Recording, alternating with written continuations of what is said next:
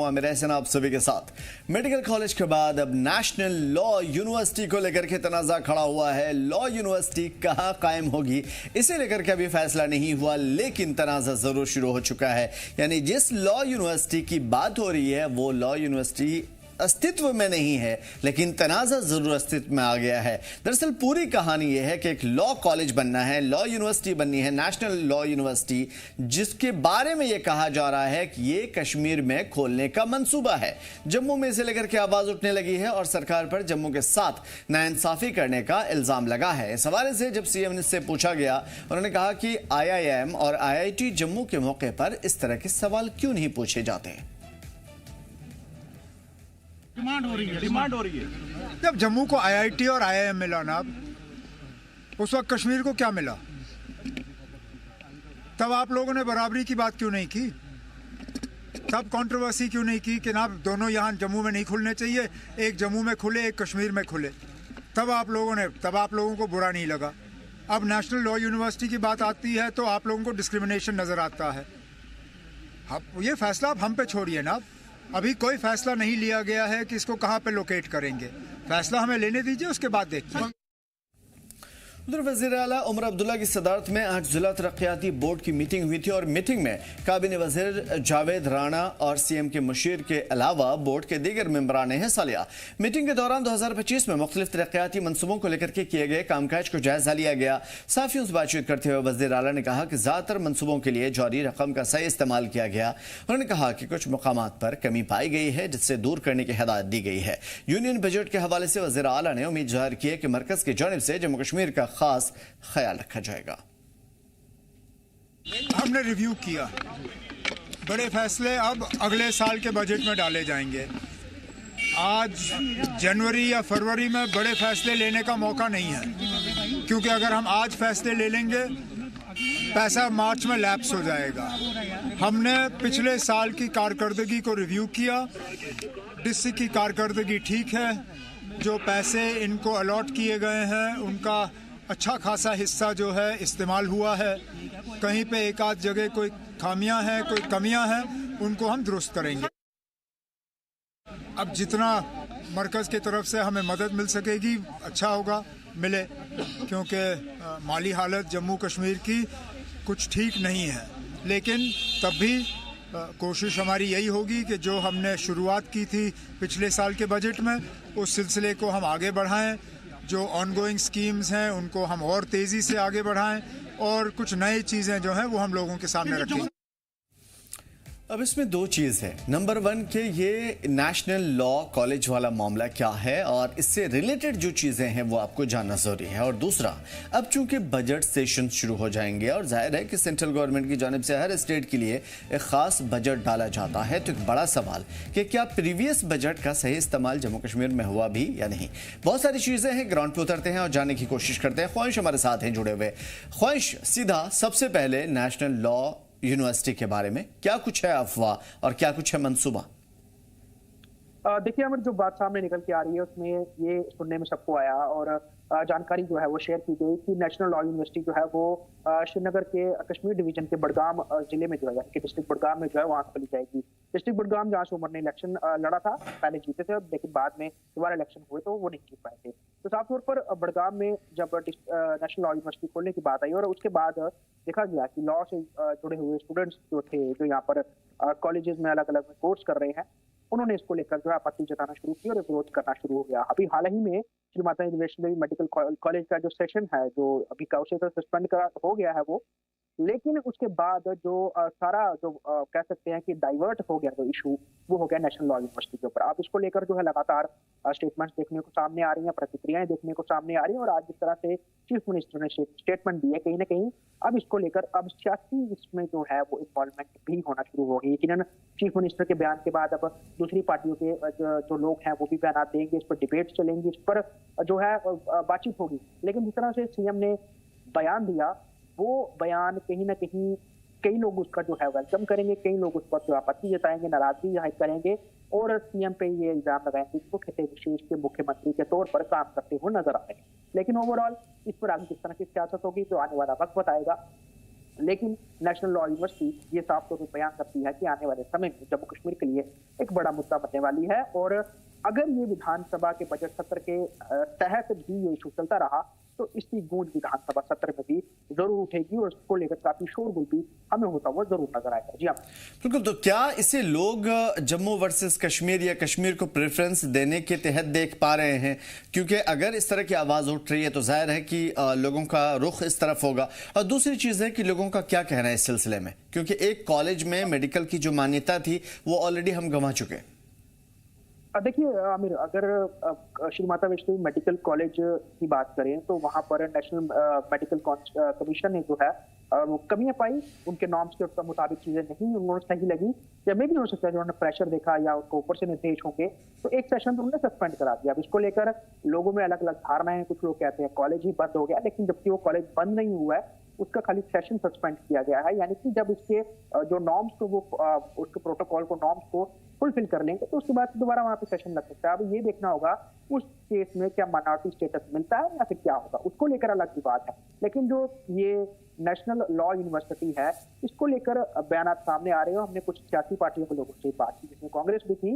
अभी तक उन्होंने हालांकि कैमरे पे आके बात नहीं की, लेकिन ऑफ द रिकॉर्ड ये जरूर कहा कि ये इशू जम्मू के लिए है और इसको लेकर भी हम भी आवाज उठाएंगे। ये कांग्रेस का कहना था और कांग्रेस के जो यूथ लीडर्स थे उनका कहना था, उन्होंने कहा था हम भी इसको लेकर जो है बात करेंगे कि ये क्यों श्रीनगर बनती है। हालांकि उन्होंने ये नहीं कहा कि इसे जम्मू में बनाया जाए, उन्होंने कहा कि हमेशा से जम्मू स्थित कश्मीर होता रहा है, लेकिन अगर सरकारें चाहे इनका ऑल्टरनेट निकाल सकती हैं, क्योंकि कश्मीर में ऑल वेदर वहां पर सर्टेनिटी नहीं होती है, क्योंकि स्नोफॉल की वजह से 2 महीने 3 महीने जो है काफी ठंड रहती है और साल भर पे एजुकेशन इंस्टीट्यूशन खुल नहीं पाते हैं। तो उसके लेकर उन्होंने ये अपनी जो एक जनमन शो की बातचीत कही और अपनी बातचीत बताई, लेकिन ऑल्टरनेट भी दिया। ऑल्टरनेट ने ये कहा कि ठीक है, अगर जम्मू में अगर बनती है तो कश्मीर के लोगों को होगा कि हमारे से हमारा एक इंस्टीट्यूट जो है वो छीना जा रहा है, या जम्मू में नहीं बनेगा तो यहाँ पर सियासत होगी, कश्मीर में बन रहा है। तो इसका ऑल्टरनेट ये है कि दोनों डिवीजन के सेंटर में जो ले आते हैं और जो 12 महीने जहाँ पर वेदर इस तरह का रहता है कि वहाँ खोला जा सकता है, वहाँ पढ़ाई हो सकती है, तो वहां पर आप इसे बना दीजिए।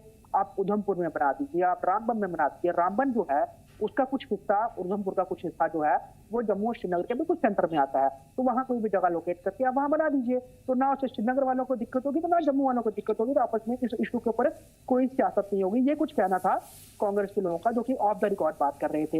हालांकि उनकी तरफ से एक सुझाव है, सरकार ने इसको लेकर देखना है कि उन्होंने क्या करना है।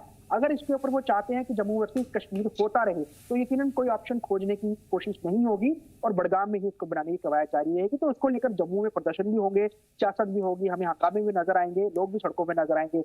लेकिन अगर इसमें अगर सेंटर इसका पॉइंट देख करके रामबन और उधमपुर जिले को जोड़ने वाली जगहें, कई सारी जगहें हैं, चनैनी है, तो उसके अलावा चनैनी एक ऐसी जगह है जो कि जम्मू श्रीनगर राष्ट्रीय राजमार्ग पर है, वहां पे यूनिवर्सिटी बन सकती है, ऑल वेदर है, कश्मीर के भी सेंटर में है। अगर हम बात करें उसके ऊपर की तरफ देखा जाए तो रामबन डिस्ट्रिक्ट पे कोई एक जगह लेकर वहां पे बना सकते हैं, जहां पर ऐसी जगह हो 12 महीने जहां पर पढ़ाई हो सके, किसी मौसम की वजह से छुट्टियां या लंबे समय तक जो यूनिवर्सिटियों से बंद ना होना पड़े। तो ऐसी जगह बहुत सारी सरकार कर सकती है। तो यकीनन अगर उस तरफ अपनी सरकार अगर विचार विमर्श करती है तो यकीनन ये मुद्दा बनेगा ही नहीं और दोनों गुस्से इसको लेकर जो है वो मान भी जाएंगे। लेकिन उसके बावजूद अगर सियासत इस पर करवानी होगी या फिर इस इशू को बड़ा बनाना होगा, और आज टीडीपी ने भी यही इल्जाम लगाया नेशनल कॉन्फ्रेंस जो बीजेपी पर, कि एक तो हिंदू मुस्लिम कर रहे हैं, दूसरा जम्मू वर्सेस कश्मीर कर रहे हैं, इसकी आड़ में नेशनल कॉन्फ्रेंस अहम मुद्दों से भाग रही है, छुप रही है। और बीजेपी भी कहीं ना कहीं, क्योंकि केंद्र में बीजेपी और यहाँ पर बड़ी सारी चीजों को लेकर जो है ढीले बस्ते में पड़ा हुआ है, स्टेटहुड नहीं मिल रहा है, तो वहां से बीजेपी भी बचने की कोशिश करती है कि लोग स्टेटहुड की बात ना करें, लोग 1 लाख नौकरियों की बात ना करें, लोग यहाँ 12 सिलेंडर की बात ना करें। तो मैनिफेस्टो में वायदे थे एमपी के, उनके ऊपर बात की गई। तो उनका साफ तौर पर इल्जाम यही था कि किसी ना किसी विषय से जम्मू और कश्मीर को आपस में लड़ाते रहो, मेन मुद्दों से बचते रहो और खुद में जो पावर्स मिली है उसको आप एंजॉय करते रहो। ये कुछ पीडीपी का भी कहना था। तो ओवरऑल हमें अभी तो सब नेशनल लॉ यूनिवर्सिटी में कुछ स्टूडेंट्स का ही रद्द-ए-अमल सामने आया या कुछ सियासी लोगों का सामने आया है, लेकिन जब ये इशू ओपनली ये ज्यादा जो आएगा सामने, क्योंकि अब मुख्यमंत्री ने इसके ऊपर अपना बयान दे दिया है, तो यकीनन ये डिबेट का इशू बनेगा और उस पर हमें सियासत भी होती नजर आएगी। जी हाँ। बड़ी बात यह है कि एनएलयू का जो फैसला होता है नेशनल लॉ यूनिवर्सिटी का, उसका फैसला आमतौर पे प्रपोजल की शक्ल में स्टेट गवर्नमेंट लाती है, लेकिन फाइनली जो फैसला है वो बहुत देख समझ करके और बहुत कुछ इसके बारे में डीपली कंसर्न जता करके ही किया जाता है। और अगर इस तरह की चीज़ें होती है तो यकीनन इसके ऊपर भी गौर किया जाएगा कि क्या कुछ होना है। तो इस वजह से शायद इस तनाज़े को यहीं रोक देना चाहिए। ख्वाहिश एक बड़ा कंसर्न है, खासतौर पे अभी जो चल रहा है बजट सेशन के हवाले से। आज सीएम कहते हुए भी नजर आए और उम्मीद भी जताई सेंट्रल गवर्नमेंट से। बिल्कुल आमिर, क्योंकि अगर हम जम्मू कश्मीर की बात करें, रेवेन्यू के ज्यादा ऑप्शन नहीं है यहाँ पे। खेती बाड़ी यानी एग्रीकल्चरल एक्टिविटीज बहुत ज्यादा नहीं है। जम्मू के मैदानों में कुछ एरियाज में, हम अगर पहाड़ों की बात करें, कश्मीर की भी बात करें, वहां पर एग्रीकल्चर लैंड है, वहां पर खेती होती है। लेकिन जिस तरह से हम बाकी राज्यों से तुलना करें तो वहाँ उस मुताबिक हमारा एग्रीकल्चर पूरा इंफ्रास्ट्रक्चर नहीं है, या फिर हमारी खेत खलियान उसमें नहीं है, पहाड़ी क्षेत्र है। तो एक तो इकोनॉमी वहां से कहीं ना कहीं लैक करती है। दूसरा, बहुत बड़ा ये प्रदेश है, ज्यादातर लोग यहाँ पर जो है वो बाहरी राज्यों में कामकाज करते हैं। बहुत सारे यहाँ पे सरकारी मुलाजिम है, प्राइवेट सेक्टर बड़ा नहीं है। तो उस कारण भी जीएसटी कलेक्शन बहुत ज्यादा यहाँ पर नहीं होती, जिस कारण सेंटर के ऊपर निर्भरता सारी यहाँ पर जम्मू कश्मीर की बनती है। अभी नहीं, पहले भी थी, जब ये स्टेट थी तब भी ऐसा ही होता था। अब क्योंकि यहाँ पर केंद्र के बड़ी सारी परियोजनाएं हैं, केंद्र जम्मू कश्मीर को लेकर फोकस्ड है, यहाँ पर डेवलपमेंट के काम कर रहा है, और यहाँ पर जिस तरह से रफ्तार तेजी से बढ़ रही है, चाहे रेलवे के जरिए हो, बाई एयर हो, एयर इंफ्रास्ट्रक्चर हो, बाई रोड इंफ्रास्ट्रक्चर हो, सब जगह जो है उसको बढ़ाया जा रहा है। तो यकीनन यहाँ पर जो प्रोजेक्ट्स चल रहे हैं, सरकार जो चला रही है, उसमें तो पैसा लग रहा है, लेकिन इतना पैसा सरकार के पास है नहीं कि वो बड़े सारे जो प्रोजेक्ट्स है यहाँ पे फाइनलाइज करें। आमिर, मैं आपको आज का, अभी तो थोड़ी देर पहले का आपको एक इंसिडेंट आपके साथ शेयर करता हूँ। आप कह सकते हैं 80% ऑफ द जम्मू की सिटी जो है आज अभी ट्रैफिक जाम से जूझ रही है। इतना जाम है कि 1 किलोमीटर के लोगों को एक घंटा जो है वो सफर करना पड़ रहा है। ये क्यों सफर करना पड़ रहा है? शहरों में इंफ्रास्ट्रक्चर इस तरह का नहीं है कि वो इतना ज्यादा ट्रैफिक लोड जो है वो उठा पाए। और इस समय जम्मू जो है, आप कह सकते हैं कि वेंटिलेटर के ऊपर है। तो यहाँ पर उमर सरकार के ऊपर यह भी निर्भरता है कि वो रोडों को वाइडनिंग करे, यानी कि लैंड ऑक्युपाई करे, सड़कों को खुला करे, नए फ्लाईओवर्स बनाए, जिसके लिए पैसा चाहिए। और स्टेट के पास, यूटी सरकार के पास यहाँ पे पैसा नहीं है। तो उनकी सारी जो नजर है वो सारी की सारी सेंटर के ऊपर है। सेंटर उनको फंड देगी, उनको पैसा देगी, तो यकीनन वो बड़े प्रोजेक्ट को प्लान कर सकते हैं। तो मैंने आपको एक स्टेट की, एक सिटी की, जो कैपिटल सिटी है, ये चीजें समझ में आ गई, लेकिन ख्वाहिश हम एक चीज और जो इससे रिलेटेड है समझने की कोशिश करेंगे आपसे, कि अभी तक जो बजट का एलोकेशन हुआ था उसके हवाले से क्या कोई प्रॉब्लम पेश आई थी? क्योंकि एक बड़ा बजट है जो यूटी को दिया गया था, और उस हवाले से कहीं ना कहीं ऑब्जर्वेशन भी होती रहती है सेंट्रल गवर्नमेंट के थ्रू। तो क्या वो बजट यूटी गवर्नमेंट को सुपुर्द किया गया था, दिया गया था, और क्या उसका इस्तेमाल आप ग्राउंड पे होते हुए देख पा रहे हैं? बिल्कुल आमिर, अगर हम केंद्र की बड़ी परियोजनाओं के शक्ल में देखें तो यहाँ पर कई सारे हाइड्रो प्रोजेक्ट्स चल रहे हैं। यहाँ पर एक्सप्रेस वेज का निर्माण चल रहा है, यहाँ पर रेलवे स्टेशन के रीडेवलपमेंट का, या फिर नए उनके जो टर्मिनल्स है उनका बनाने का काम किया जा रहा है, उसको रीडेवलप करने का काम किया जा रहा है।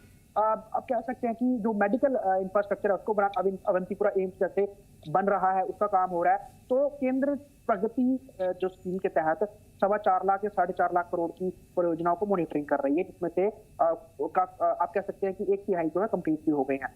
तो अब जिस तरह से बजट एलोकेशन सेंटर की तरफ से होती है, तो साफ तौर पे हर चीज की मॉनिटरिंग होती है, और जो आप कह सकते हैं कि बजट की अमाउंट है वो भी एक साथ नहीं आती है, वो सेक्शन में आती है। तो कहीं ना कहीं जम्मू कश्मीर सरकार जो है वो इस पर भी निर्भर है कि पहले वो पैसा अपने पास होता था ट्रेजरी में खुला, अपने हिसाब से वो सारे प्लान प्रोजेक्ट करते थे, केंद्र से मदद जरूर लेते थे, लेकिन ज्यादातर उनकी जम्मू कश्मीर की सरकार की ही प्लानिंग प्लॉटिंग होती थी और सारा वो कामकाज करते थे। लेकिन अब यूटी है, बड़े सारे लॉज बदले हैं, केंद्र डायरेक्ट इन्वॉल्व है।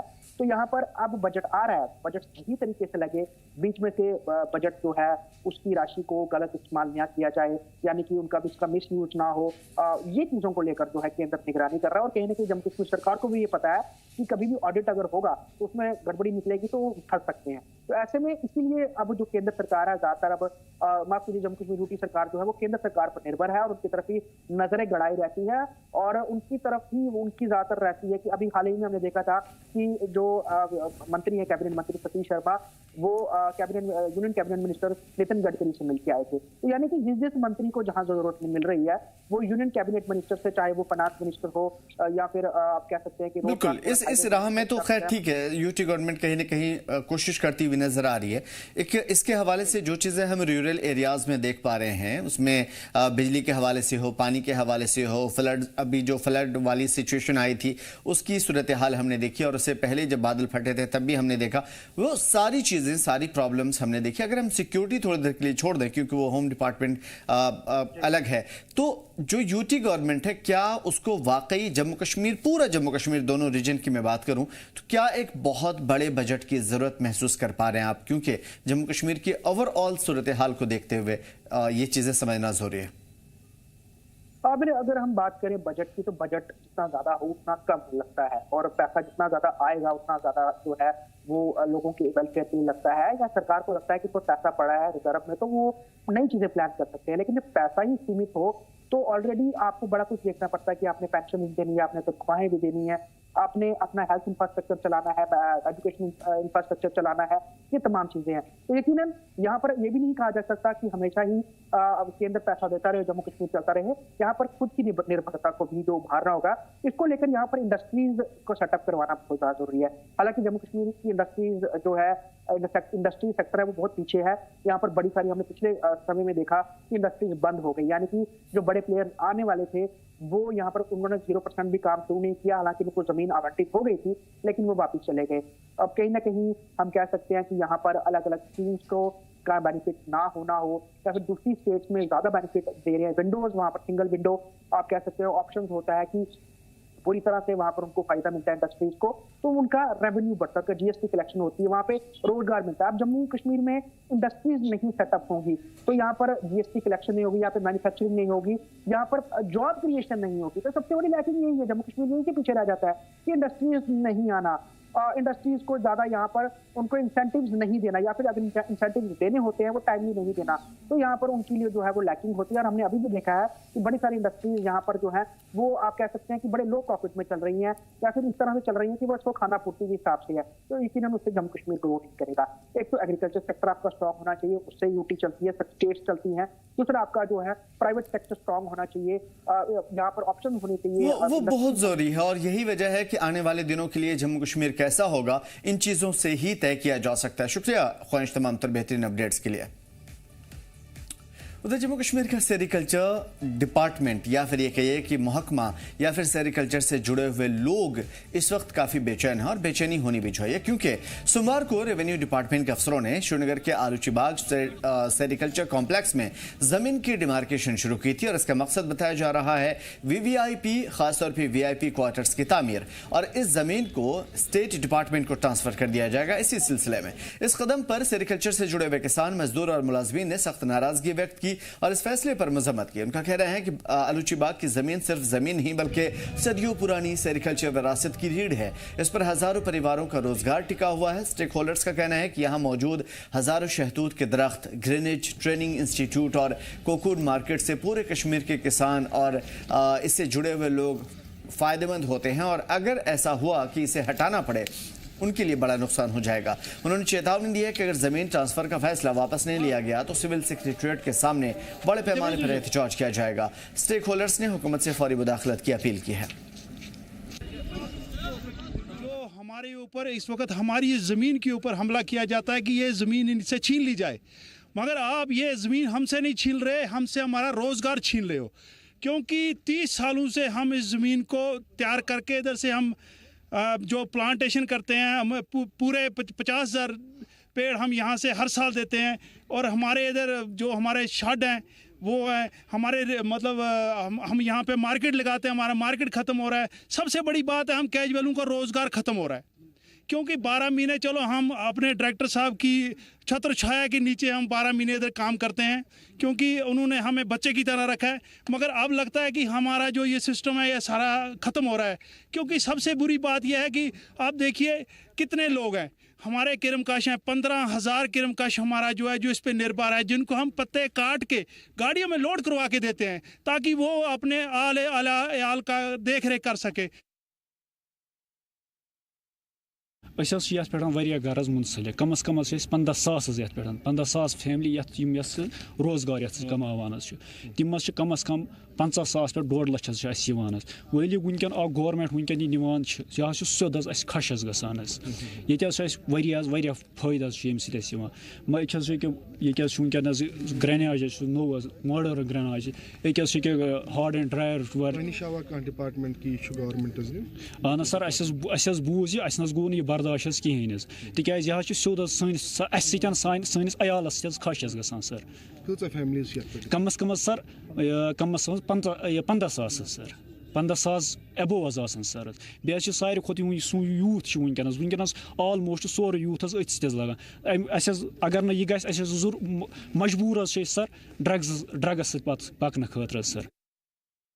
तो मसाइल बहुत हैं और अगर उन मसाइल में और भी ज़्यादा इजाफा किया जाए तो यकीन लोगों के लिए बड़ी मुसीबत हो जाएगी। एग्रीकल्चर हार्टिकल्चर ऐसे ही मुतासिर है। अब नंबर सेरिकल्चर का आकिब हमारे साथ जुड़े हुए हैं ग्राउंड से, बताएंगे क्या कुछ है इस हवाले से। आकिब, जिस तरह की सिचुएशन हम देख पा रहे हैं सेरिकल्चर पे क्या कुछ है जो गाज गिरने वाली है या गिर सकती है और किस तरह के लोग हैं जो इसके खिलाफ आवाज़ उठा रहे हैं?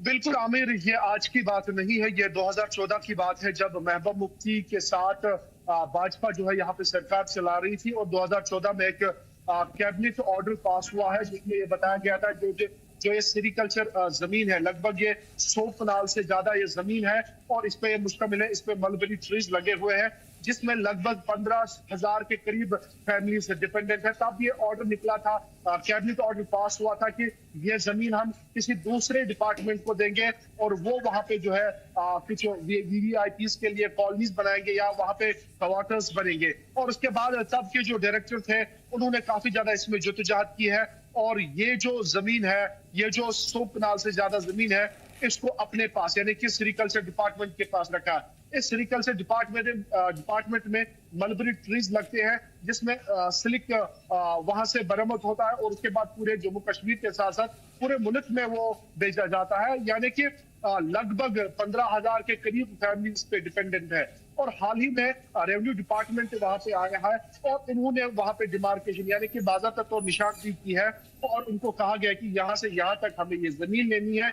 और जितने भी सेरिकल्चर डिपार्टमेंट के, चाहे हम डेली वेजर्स की बात करेंगे, कैजुअल लेबर्स की बात करेंगे या बाकी जितने भी ऑफिशियल्स हो या बाकी एम्प्लॉयज हो, वो एतराज जता रहे हैं। वो कह रहे हैं कि अगर इस पे 15,000 के करीब फैमिली डिपेंडेंट है तो किसी और डिपार्टमेंट को अगर ये जमीन देंगे वो वहां पे वीवीआईपी कॉलोनीज बनाएंगे या क्वार्टर्स बनाएंगे और ये जो नर्सरी है जहां से सिलिक वॉर्म यानी मलबेरी ट्रीज या बाकी चीजें जो है उगती है उनको काफी ज्यादा नुकसान पहुंच सकता है। दूसरी चीज, जो लोग इस पे डिपेंडेंट है यानी कि डायरेक्टली जो है उनका डेली जो भी होता है वो इसी सेरिकल्चर डिपार्टमेंट से वो वागुजार करते हैं। लेकिन बदकिस्मती की बात यह है कि अभी तक जो है 2014 में ये कैबिनेट डिसीजन आया है लेकिन तब जो है इस पे तब के डायरेक्टर ने कहा कि बिल्कुल भी ऐसा नहीं होना चाहिए। उन्होंने काफी ज्यादा जद्दोजहद इसमें की है। लेकिन आज जो है यहाँ पे डिपार्टमेंट आ रहा है, बाज़ाब्ता तौर यहाँ पे जो निशानदेही है वो हुई है। अब इनको खदशात ये लग रहे हैं कि अगर ये जमीन 100 कनाल से ज्यादा ये जमीन किसी और डिपार्टमेंट को दी गई है तो हम सड़क पे आएंगे और हम जो है कसम कुर्सी की हालत में अभी है और हम गुजारा नहीं कर पाएंगे। और इन्होंने साथ ही में ये भी कहा है कि अगर सरकार ने ये जमीन ली है और उसके बाद हमारी नहीं सुनी गई है तो हम सड़कों पे आएंगे और एक बहुत बड़ा प्रोटेस्ट का ऐलान करेंगे। जी आमिर, बड़ी बात यह है कि 100 कनाल जमीन है और अगर मैं सही समझ रहा हूं तो कश्मीर में एक कनाल 20 मरले का होता है, तो जाहिर है कि एक बड़ा एक लैंड हिस्सा होगा जो कहीं ना कहीं मुतासिर हो सकता है। अगर मैं सही हूं तो करेक्ट कीजिएगा आखिर। लेकिन सवाल ये बनता है कि इसमें इतनी बड़ी फैमिली, इतने बड़े कारोबार से जुड़े हुए लोग जिनको खतरा है आने वाले दिनों के लिए, फिलहाल उनका कारोबार कितना बड़ा है और इन जमीन का इस्तेमाल या इस तरह की चीजों का इस्तेमाल कितने बड़े पैमाने पर हो रहा है जम्मू कश्मीर में? बिल्कुल आमिर, आपने सही फरमाया कि एक कनाल जमीन जो है वो 20 मर्रे पे मुश्तमिल होता है और 100 कनाल जमीन जो है एक बहुत बड़ी जो एक लैंड होती है। और उस लैंड पे जो है ये 15,000 के करीब जो फैमिलीज है वो इसी पे निर्भर है यानी कि इसी पे डिपेंडेंट है, इसी से वो रोजगार अपना जो है चलाते हैं। वो जो यहाँ पे मलबरी ट्रीज होते हैं उनके जो पत्ते होते हैं वो सिलिक वॉर्म उससे पैदा करते हैं और उसके बाद मार्केट में वही चीजें बेचते हैं। और न सिर्फ मार्केट बल्कि जो लोग इसके साथ मुंसलिक है, चाहे हम डेली वेजर्स की बात करेंगे या कैजुअल लेबर्स की बात करेंगे, हालांकि जो सीनियर ऑफिशियल्स है वो भी इस पे डिपेंडेंट है। जब ये सबसे बड़ी जो सेरिकल्चर डिपार्टमेंट की नर्सरी है, जब ये कोई डिपार्टमेंट लेगा, जाहिर सी बात है सेरिकल्चर डिपार्टमेंट की जो मेन हब इसका यहाँ औलूची बाग श्रीनगर में है, जब ये मुतासिर होगा तो सेरिकल्चर डिपार्टमेंट ही नहीं बल्कि इसके साथ जो फैमिलीज है, तो कुल मिला के जब हमने इसमें कैलकुलेशन किए तो ये लगभग 5 लाख से ज्यादा जो व्यक्ति है इस पर डायरेक्ट डिपेंड है, क्योंकि 15,000 फैमिलीज और उनकी जो फैमिलीज है वो इसमें काउंट किए जाते हैं, तो 5 लाख लोग इस पे डिपेंडेंट है।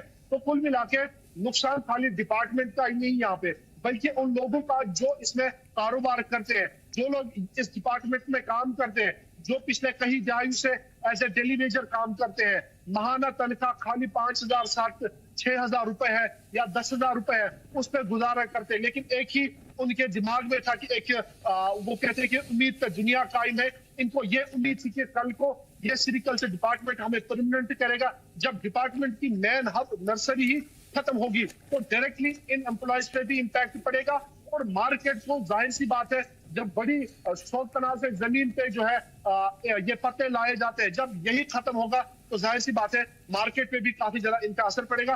हालांकि अभी इनका मार्केट बहुत अच्छा है, क्योंकि जब इनका मार्केट बहुत अच्छे से चलता है तब जाके आज इनका कंसर्न यह है कि हमें नुकसान हो सकता है। जी आमिर, एक बड़ा सवाल कि जो आज प्रोटेस्ट हो रहे थे, जैसे आपने कवर किया था, कितने लोग इसमें शामिल थे और लोगों के रद्द-ए-अमल क्या सामने आ रहे थे?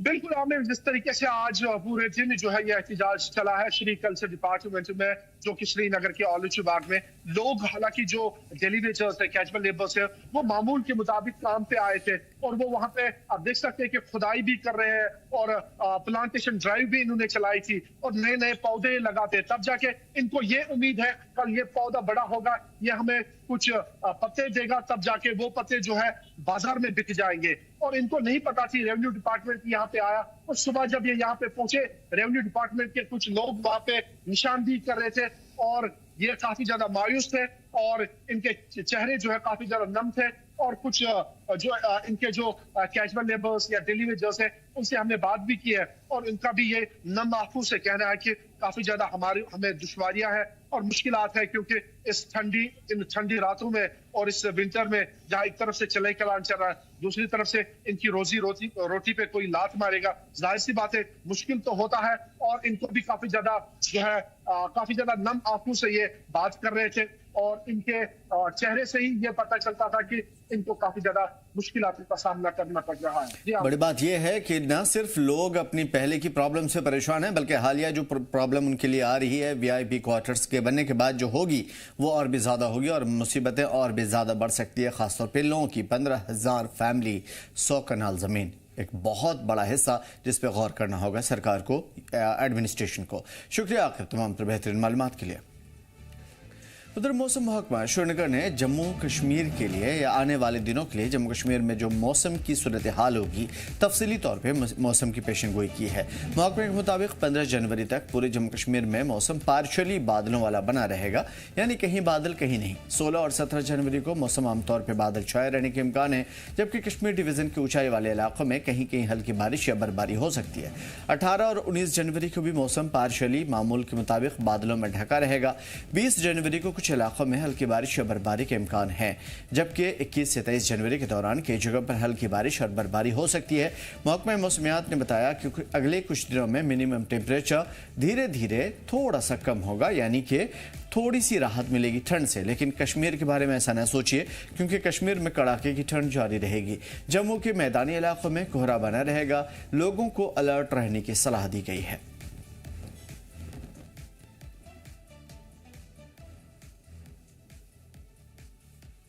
जो देख रहे हैं अभी ड्राई कंडीशंस बनी हुई हैं और कल यहाँ क्लाउडी स्काइज रहने के चांसेस हैं और हमारा मिनिमम में थोड़ा इजाफा हो जाएगा, लेकिन उसके बाद ये 13 और 14 फिर मेनली क्लियर स्काइज के चांसेस हैं। उस सूरत में यहाँ फिर ये जो हमारे मिनिमम टेम्परेचर्स हैं उनमें गिरावट देखने को मिलेगी। और जैसे आज भी और कल भी -6 और आज -5, तो ऐसी सिचुएशन पूरा इस समय सर्दी की लहर है। और ये जो हमारा झील डल भी है ये भी फ्रीज हो चुका है इसके। और जो अगर हम जम्मू की बात करें, वहाँ प्लेन्स में जम्मू में भी बहुत डेंस एंड हेवी फॉग है और उधमपुर में भी। तो जम्मू कश्मीर में सर्दी का सितम ही नहीं होता, बल्कि जम्मू कश्मीर में सर्दी एंजॉय के लिए भी होती है। ख़ास तौर पे दुनिया भर के सयाह यहाँ पे आते हैं, तो सिर्फ सर्दी की सूरत हाल या मौसम की सूरत हाल जान लेने से ही आप फैसला कर सकते हैं कि आने वाले दिनों में क्या करना है, ख़ास तौर पे जम्मू कश्मीर में। मीर हमारे साथ ग्राउंड से जुड़े हुए हैं। मीर, जो सूरत हाल है ख़ास तौर पर 15-20 दिन आगे तक की जो महकमे मौसमियात की पेशन गोई है, वो किस हवाले से और मौजूदा सूरत हाल का तवाज़ुन? देखिए, बिल्कुल अभी पूरे कश्मीर डिवीजन में कोल्ड वेव और ड्राई स्पेल का सिलसिला लगातार जारी है। और अगर हम देखें तो मेट्रोलॉजिकल डिपार्टमेंट की तरफ से जो प्रेडिक्शंस आने वाले करीबन 20 तारीख तक जो बताई गई हैं, वो हिली एरियाज में जो पहाड़ी इलाके हैं या जो आइसोलेटेड लोकेशंस हैं, ऐसी मकामात पे हमें जो है बर्फ देखने को मिल सकती है, या प्लेन एरियाज में हल्के तौर पर हमें बारिशों का एक सिलसिलावार जो एक तरीका जो है वो हमें देखने को मिल सकता है। लेकिन एक वाइड स्प्रेड जो एक डिस्प्लेसमेंट जो है या चेंज जो है, तब्दीली जो है या बदलाव जो है मौसम के हवाले से, वो इस ड्राई स्पेल की सूरत हाल में देखने को नहीं मिल रहा है। हालांकि अभी करंटली अगर हम इन डेज की बात करें तो ये मोस्ट हार्शेस्ट पीरियड माना जाता है विंटर्स का, जो ये अभी 10 दिन चल रहे हैं, क्योंकि जुलाई कलान का ये एक सेकेंड फेज है जो अभी करंटली हमें कश्मीर डिवीजन में प्रिवेल होता हुआ नजर आ रहा है। और इस ज़मीन में अंदाजा किया जा रहा है कि आने वाले वक्त में हमें बारिशें या बर्फ देखने को मिल सकती हैं। लेकिन सर्दी की जो शिद्दत है वो काफी ज्यादा, कोल्ड वेव की जो सूरत हाल जो है वो काफी ज्यादा बदतर हो चुकी है। इनफैक्ट अगर हम रात का टेम्परेचर देखें तो एटलीस्ट हमें -5 -6 तक जो है हमें करंटली देखने को मिल रहा है। हालांकि इस टेम्परेचर की जो गिरावट जो है हमें मॉर्निंग के 10 बजे तक भी देखने को मिलती है, और उसके बाद थोड़ी बहुत धूप जो निकलना जो है वो शुरू हो जाता है, और तकरीबन कह सकते हैं कि टेम्परेचर जो है वो काबिल बर्दाश्त हो जाता है। लेकिन शाम को फिर से इसी तरह से जो है कोल्ड टेम्परेचर देखने को मिलता है। और मल्टीपल लोकेशंस, अगर हम दिल्ली की भी बात करें जो कि एक आइडेंटिकल और एक आइकॉनिक प्लेस मानी जाती है कश्मीर डिवीजन के, बिलखुसूस श्रीनगर की, इसकी भी ऊपरी सतह जो है खासतौर पर अंदरूनी इलाकों में हमें फ्रीज होती हुई जो है रिसेंटली नजर आई है। और अगर हम इसके साथ साथ देखें तो जो एयर ट्रैफिक है उसको भी काफी ज्यादा इससे मुतासर होना पड़ा है। आज दिन की भी बात करें तो एटलीस्ट 3 फ्लाइट्स के बारे में जिक्र किया गया था कि जो डिले हुई थी, क्योंकि अर्ली इन मॉर्निंग जो है हमें यहाँ पे फॉग की एक सूरत हाल देखने को मिली थी। तो ये जो कंसिस्टेंट और परसिस्टेंट और ड्राई वेदर यहाँ कश्मीर डिवीजन में चल रहा है, अक्रॉस कश्मीर के हर एक जिले में इस तरह की सूरत हाल देखने को मिल रही है, जिसकी वजह से लोग तो ऑब्वियसली 2-4 है ही हैं, लेकिन आने वाले वक्त में कई सारी चीजें जो है वो तकलीफदेह हो सकती हैं। चाहे हम ज़राअत की अगर हम बात करें, या वाटर स्कैर्सिटी की बात करें, या वाटर से जो इलेक्ट्रिसिटी जनरेट होती है, उससे भी इसका जो है एक मंफी असर जो है आने वाले वक्त में देखा जा सकता है। लेकिन लोगों की उम्मीद है और यही जो एक एक्सपेक्टेशंस है कि ये जो हार्शेस्ट पीरियड चल रहा है विंटर्स का, कि हो सकता है कि आने वाले वक्त में हमें यहाँ पे अच्छी खासी बर्फ देखने को मिली, जो कि एज अ रिजर्वर समर्स में कश्मीर डिवीजन में जो है काम करता है। और ऑब्वियसली कोल्ड वेव में डेफिनेटली जो यहाँ पे टूरिस्ट आते हैं वो एंजॉय तो इस कोल्ड क्लाइमेट को करते हैं, लेकिन जो खासतौर पर बर्फ के शायकीन होते हैं वो कहीं ना कहीं पे उस हद तक अभी उस खुशी के सूरत हाल में हमें देखने को नहीं मिल रहे। इन लेटेस्ट अगर हम देखें तो गुलमर्ग या नॉर्थ कश्मीर की अगर हम कुछ लोकेशंस की बात करें, चाहे हम गुलमर्ग की बात करें, खिलनमर्ग की बात करें, या सोनमर्ग एरिया की बात करें, या जो दूध पथरी का जो ऊपरी इलाका है वहां की अगर हम बात करें, तो ऐसे लोकेशंस पे हमें बर्फ देखने को मिल रही है, जिसको लेकर अभी जो टूरिस्ट यहाँ पे आए हुए हैं वो उसको एंजॉय कर रहे हैं। लेकिन एक लार्जर एक वाइड स्प्रेड पे जो अभी स्नोफॉल या रेनफॉल की जो सूरत हाल जो है वो अभी बिलखुसूस पर्टिकुलरली इन कश्मीर डिवीजन अभी देखने को जो है नहीं मिल रही है। जी बिल्कुल मीर, हमें ये ज़रूर बताइएगा क्योंकि अब आपने कहा कि जो अभी सिचुएशन चल रही है उसमें ऑलरेडी ज़ाहिर है कि ठंड बहुत ज़्यादा है, चिल्ला कला का पीक सीज़न है और इसके बाद आने वाले दिनों के लिए पेशन गोइयाँ हैं और इससे बहुत ज़्यादा चीज़ें बदलती भी है। जैसा आपने कहा कि एयरपोर्ट पे चीज़ें होती है, ट्रांसपोर्टेशन के हवाले से दिक्कतें हैं, रोड में बहुत ज़्यादा दिक्कतें हो जाती हैं क्योंकि सड़कें बंद हो जाती है कई जगह पर और फिर बर्फ़ हटाने का काम चलता है। आम जिंदगी जम्मू कश्मीर की कैसे मुतासिर होती है क्योंकि इन दिनों में मरीजों के लिए, बच्चों के लिए, बड़ी उम्र के लोगों के लिए, हाई एल्टीट्यूड में रहने वाले लोगों के लिए एक बड़ी परेशानी की वजह हो सकती है। और सबसे बड़ी चीज़ यह है कि अगर खान पान, राशन वगैरह के इंतजामात हो भी जाएं तो सेहत सहूलियात की बहुत सारी ऐसी चीज़ें हैं जो उनको ज़रूरत होती है। जी बिल्कुल, क्योंकि ये यहाँ पे एक रिवायती सूरत हाल है अगर हम कश्मीर डिवीजन की बात करें, और इसके साथ दो चीजें बिल्कुल कैटेगोरिकली जो कंसर्न है। एक तो है सोशल जो एक सिस्टम चलता है, जो आम रोजमर्रा के आम आवाम जो है वो कैसे इन सूरत हाल को हैंडल करते हैं, और दूसरा एडमिनिस्ट्रेशन का पार्ट आता है।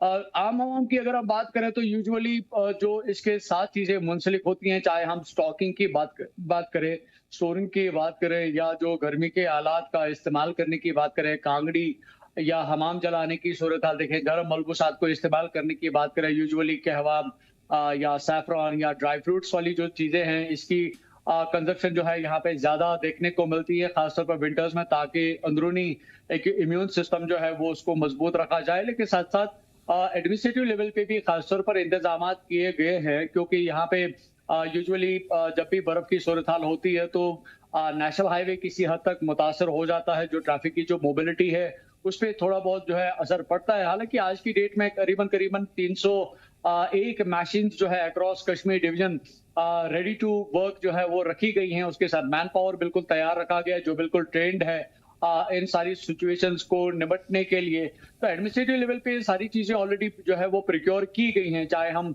गैस की बात करें, अशाए खुर्दनी की बात करें, जिसमें हमारे पास यहाँ पे चावल की बात करें, आटे की बात करें, पेट्रोल की बात करें या बालन की बात करें, तो ये कुछ चीजें काफी ज्यादा इंपॉर्टेंट रहती हैं, एसेंशियल रहती हैं। चीजें हैं वो सरकार की, एडमिनिस्ट्रेशन की जिम्मेदारी है कि वो लोगों को दें, और कई जगह पे हमने फौज को भी देखा लगातार कि वो मदद करते हुए आ रहे हैं। एक बड़ी खबर जिसकी तरफ तवज्जो दिलाना चाहूंगा मीर, उस खबर के बाद मैं आपकी तरफ आता हूं। गांदरबल में आज झेलम दरिया में मरीन कमांडोज ने सर्च ऑपरेशन चलाया था।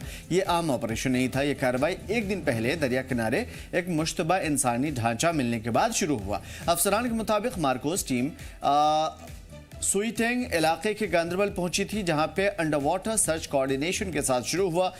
लोगों ने अप्रैल 2024 की नाव हादसे से इन ढांचों के ताल्लुक पर संदेश या खदशे का इजहार किया है। 2024 में एक हादसा हुआ था, बताया जा रहा है कि उसमें एक शख्स की लाश नहीं मिली थी और ये इंसानी ढांचा उसी शख्स की हो सकती है। इस हादसे में 8 लोगों की जान गई थी, जिनमें से स्कूल के बच्चे शामिल थे, जबकि एक शख्स जिसका नाम शौकत अहमद शेख था लापता है अब तक। उम्मीद जताई जा रही है कि शौकत अहमद शेख के ही ये खद्दोखाल होंगे। अफसरा ने कहा है कि किसी भी बरामदगी के बाद फॉरेंसिक जांच की जाएगी।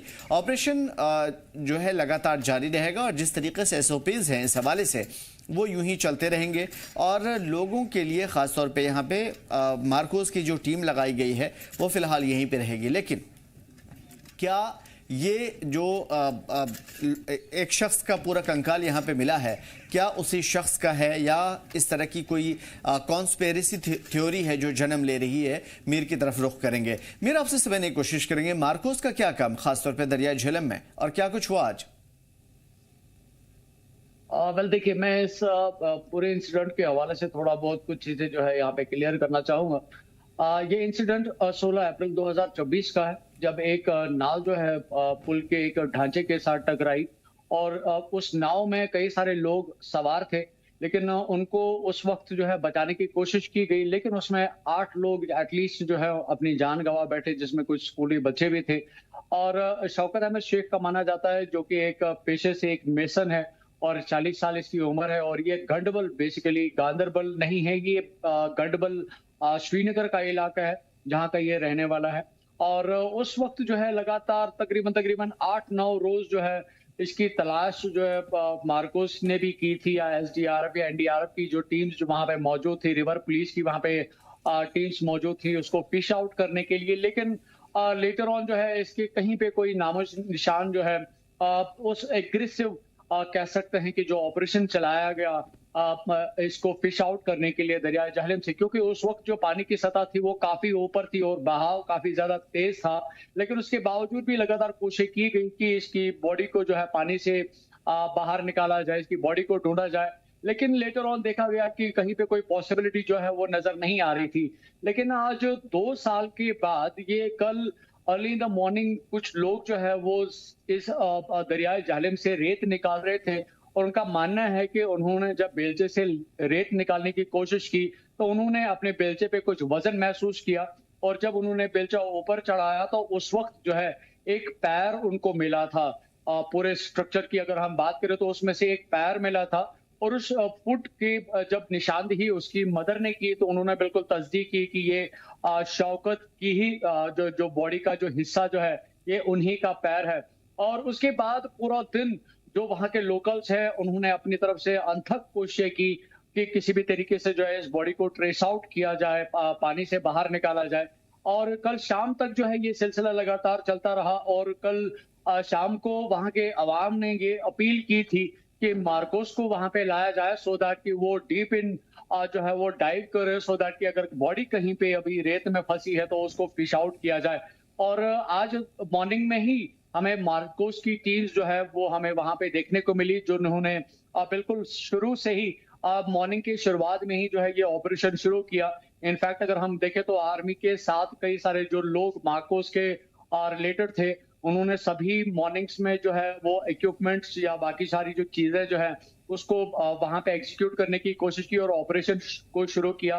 लेकिन अभी तक जो है इस तरह की कहीं पे कोई खबर जो है वो सामने नहीं आई है कि जो शौकत अहमद की जो बाकी जो बॉडी का जो अवशेष जो है, जो बाकी रिमेनिंग बॉडी जो है उसको ट्रेस आउट या उसको फिश आउट अभी तक नहीं किया गया है। मे बी ऐसा एक्सपेक्टेड है कि जिस तरह से शौकत अहमद की मदर ने अब ये बिल्कुल कंफर्म किया है कि ये पैर जो है ये बिल्कुल शौकत का ही है, तो इस बात से एक कहीं ना कहीं पे तस्दीक हो जाती है कि ये उसी शख्स के जिस्म का एक हिस्सा है।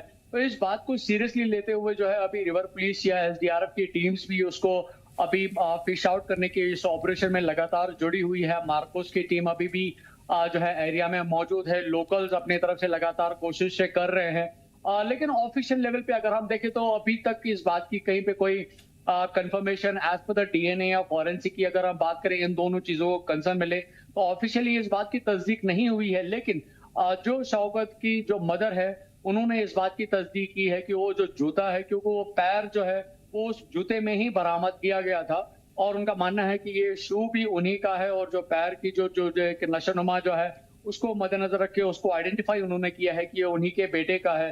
तो इस बात को संजीदगी से लेते हुए अभी एडमिनिस्ट्रेटिव लेवल पे और भी गवर्नमेंट भी काफी ज्यादा कंसर्न नजर आ रही है और इस फिश आउट ऑपरेशन को कल मॉर्निंग से ही शुरू किया गया था जो अभी भी चल रहा है, लेकिन अभी भी रिकवरी की जो कोई खबर जो है वो सामने नहीं आई है। बड़ी बात यह है कि ये ज़रूर अनफॉर्चुनेट है, लेकिन हाँ अब लगातार कोशिशें चल रही है कि एक माँ का बेटा जिसके बाक़ियात अभी नहीं मिले, कुछ चीज़ें मिली हैं कुछ चीज़ें नहीं मिली, वो बाक़ियात मिल जाए। शुक्रिया मेरे तमाम तर बेहतरीन अपडेट्स के लिए, तमाम तर मालूमात के लिए। यूटी लद्दाख की बात कर लेते हैं। सबसे मुनफरद और मशहूर खेल आइस हॉकी, जिसे यूटी लद्दाख का स्टेट गेम का दर्जा भी मिला है, आज एक बार फिर से सुर्खियों में है। गौरतलब यह है कि इससे पहले लद्दाख के साबिक खलजी बीडी मिश्रा ने आइस हॉकी को लद्दाख का स्टेट गेम होने का ऐलान किया था और 5वें LG cup ice hockey championship का इफ्तिताह CEC LAHDC doctor Jafar Akhun ने किया। इस मौके पर यूटी लद्दाख के चीफ सेक्रेटरी आशीष कुंद्रा बतौर मेहमान खुसूसी शामिल हुए और इफ्तिताही तकरीब में LAHDC के तमाम काउंसलर, जिला इंतजामिया के आला अफसरान और खेल से जुड़े हुए कई अहम शख्सियात मौजूद थीं। इस आइस हॉकी चैंपियनशिप में कुल 15 टीमें हिस्सा ले रही हैं, जिनमें से 10 मेल 5 फीमेल टीमें शामिल हैं और ये चैंपियनशिप 12 जनवरी से लेकर के 16 जनवरी तक जारी रहेंगी। आज चैंपियनशिप का पहला मुकाबला बॉयज मैच हुआ था, जिसमें इंडियन आर्मी की टीम थी और द्रास की टीमें, दोनों के दरमियान मुकाबला हुआ जिसमें इंडियन आर्मी की टीम ने बाजी मारी और शानदार मुजाहरा करते हुए 6 गोल दाग दिए। टूर्नामेंट का पहला मैच अपने नाम किया। खासतौर पर इंडियन आर्मी ने आइस हॉकी के इस आयोजन से लद्दाख में खेलों को नई पहचान मिल रही है और नौजवानों में खेल के लिए जोश और उमंगें और भी ज़्यादा बढ़ती हुई नजर आ रही हैं। मैं हैंडीक्राफ्ट डिपार्टमेंट कारगिल से बिलोंग करती हूँ। आज यहाँ पे हमने अपने स्टॉल्स को लगाया हुआ है अपने प्रोडक्ट को शोकेस करने के लिए, क्योंकि हमारा जो जितना भी प्रोडक्ट है यहाँ पे सारे जो है हैंडमेड है। तो हमने अपने हर एक चीज़ को, जैसे कि हमारा हैंडमेड पप्पू है, थंका पेंटिंग्स है, हैंड एम्ब्रॉयडरी है, कारपेट है, कंबल है, सबको हमने शोकेस किया हुआ है। आप किस टीम के लिए खेल रहे हो? रेड करगिल लद्दाख के। अच्छा, कैसा लग रहा है जैसे कि 5th LG कप की शुरुआत यहाँ पर हो चुकी है? लग तो बहुत अच्छा लग रहा है, पर थोड़ा नर्वस भी हूँ, क्योंकि इस साल मतलब यही पूरा मिक्स टीम हो के अलग अलग वो निकाला है, तो थोड़े नर्वस हूँ। पर कोई नहीं, जो जीतेगा अच्छा ही होगा, जो हारेगा उसको भी अच्छा ही होगा। पर देखते हैं कौन जीतता है, पर मज़ा आएगा। जहाँ तक मैंने खेला है LG कप को लेकर फैसिलिटीज़ क्या क्या रखी गई हैं? फैसिलिटीज़ तो इतना तो पता नहीं, जहाँ तक देखा अच्छा है, मतलब इतना पता नहीं है मुझे। यहाँ अच्छा ही है, पिछले साल से तो बेहतर ही है। देखिए, LG की तरफ से वैसे भी हम हर फील्ड में स्पोर्ट्स के, खासकर जो हमारे करगिल पार्ट ऑफ लद्दाख में जो ज़्यादा सूट करते हैं, जैसे आइस हॉकी है, आपका आर्चरी है, बाकी स्केटिंग है आपका, और जो भी खेल जो हमारे बच्चों में ज़्यादा इंटरेस्ट है, आपका क्रिकेट हो, हॉकी, बाकी इन सब में हम इन्वेस्ट कर रहे हैं। और आप शायद आप देखेंगे हमारे हर डिस्ट्रिक्ट के हर ब्लॉक में कुछ ना कुछ, जैसे वॉलीबॉल का हो, फुटबॉल का हो, सबका बहुत सारे जगहों पे हम एस्ट्रोट्रैप बनाए हैं। यहाँ आपने देखा आइस हॉकी, हमारा ये रिंग है तैयार, वो मैकनाइज्ड रिंग वाला इस साल शायद इंशाल्लाह मैकनाइज्ड वाला वो शुरू हो जाएंगे। और साय के स्पोर्ट अथॉरिटी ऑफ इंडिया के लिए हमने 500 कनाल ज़मीन दिया, उसमें सेंटर ऑफ एक्सलेंस जो स्पोर्ट्स के है, उसमें हम कोशिश कर रहे हैं कि इस साल वो भी आ जाए, जिसमें बहुत सारे स्पोर्ट्स हमारे बच्चों को जिसमें फ़ायदा मिले। आज यहाँ पे मैंने एक आइस हॉकी का मैच की शुरुआत देखी, तो जिस जज्बे से जो ग्रास से टीम जिस तरह से इंडियन आर्मी की टीम से टक्कर ले रही थी, उससे वो दर्शाता है कि युवा कितने मजबूत हैं। और जाहिर सी बात है, जो मजबूत युवा होगा वो अपने मुस्तकबिल के लिए चिंतित भी होगा और वो चाहेगा कि मैं आगे नई बुलंदियां छूं। तो सभी को पहले तो बहुत बहुत शुभकामनाएं, बहुत बधाई। और मैं ये आश्वासन देना चाहता हूं आपके माध्यम से कि मुझसे जो बन पाएगा, वो सारी टीम से हमारी जो यूटी प्रशासन की है, हम मिलजुल के यहाँ के लोगों के लिए, जो फ्रंटियर एरिया के लोग हैं, सबसे अच्छी चीज़ जो होगी वही करें। फिरोज हमारे साथ ग्राउंड से जुड़े हुए हैं। फिरोज, आपसे समझने की कोशिश करेंगे पूरी खबर और किस तरीके से ये अहम है आइस हॉकी। देखिए आमिर, अगर आइस हॉकी की बात करें, काफ़ी पहले से ही लद्दाख के अंदर काफ़ी मुनफरिद गेम ये रहा है आइस हॉकी। चाहे हम दोनों ज़िलों की बात करें, लेह और कारगिल की, तो अक्सर हम देखते हैं कि जब भी सर्दियों का आगाज़ यहाँ पे होता है तो अक्सर छोटे बच्चों के हाथों में आइस स्केटिंग की बूट्स और उसके साथ साथ आइस स्केटिंग के जो स्टिक्स हैं वो उनके हाथों में नजर आते हैं। लेकिन जब से यूनियन टेरिटरी बनी है तब से हम ये देख रहे हैं कि एक तो स्टेट गेम जो है इसे घोषित किया गया था BD मिश्रा द्वारा लद्दाख का, और कहीं ना कहीं अब खेलो इंडिया द्वारा भी जो है कुछ गेम्स जो है लद्दाख के अंदर भी जो है पिछले कई वक्त से यहाँ पे किए जा रहे हैं। लेकिन इस बार देखा यह जा रहा है कि जिस तरीके से करगिल का जो मेन आइस हॉकी रिंक है, जो करगिल के मेन टाउन में है, उसकी रिपेयरिंग को लेकर कहीं ना कहीं काफी वक्त से लोग डिमांड कर रहे थे। लेकिन पिछले साल हमने देखा था कि जिस तरीके से BD मिश्रा जो यहाँ पे LG रहे थे, उन्होंने कहा था कि इस आइस हॉकी रिंग को जो है काफी सुधारने की जरूरत है।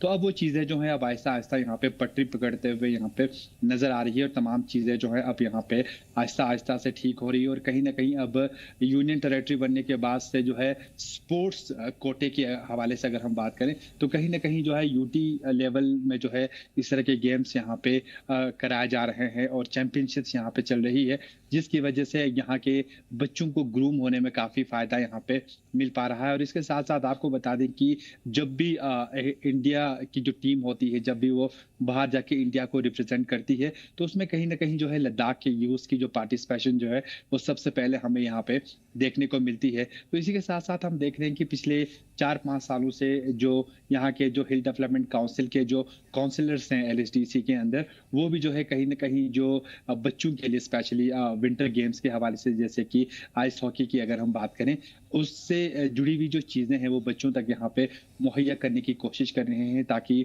बच्चे जो है ये खूब खेल जो है वो अच्छे से यहाँ से सीख पाएँ और आने वाले वक्त में नेशनल और इंटरनेशनल लेवल पे जो है भारत का नाम जो है वो यहाँ पे रोशन करे। तो आज हम देखा कि करगिल के श्री सुल्तान चौक स्पोर्ट्स स्टेडियम में जो काफी वक्त से एक चीज का वेट यहाँ पर चल रहा था यूथ के अंदर कि LG कप कब शुरू होगा, तो आज उसका इफ्तिताह यहाँ पे हो चुका है। और आज के इस मौके पर हमने देखा कि जो CC करगिल हैं डॉक्टर जाफर आखून आज के इस मौके पर यहाँ पे मौजूद थे, और उनके हमरा हमने देखा कि जो रिसेंटली जो अपॉइंटेड हैं लद्दाख के जो नए CS हैं चीफ सेक्रेटरी, वो भी उनके हमरा मौजूद थे। सेक्रेटरी स्पोर्ट्स ड्यूटी लद्दाख मौजूद थे, और तमाम जो डिस्ट्रिक्ट ऑफिशियल्स थे वो भी आज के इस मौके पर करगिल के श्री सुल्तान चौक स्पोर्ट्स स्टेडियम के जो आइस रिंग है वहाँ पे हमें देखने को मिले। कहीं ना कहीं हमने देखा कि जो लोग जो थे वो सबसे ज़्यादा जो है लोगों के अंदर क्रेज जो है आज के इस गेम जो ओपनिंग सेरेमनी के मौके पर हमें देखने को मिला। और इस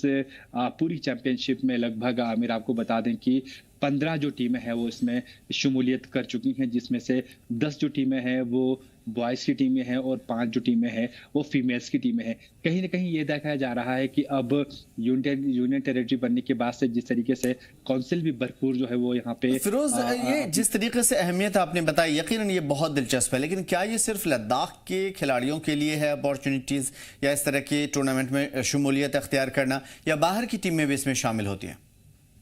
देखिए आमिर, अभी फिलहाल ही तो जिस तरीके से अभी LG कप यहाँ पे चल रहा है, तो स्पेशली यहाँ की लद्दाख की ही टीमें जो दोनों जिलों की टीमें हैं वो यहाँ पे पार्टिसिपेट करती है इन कप्स में।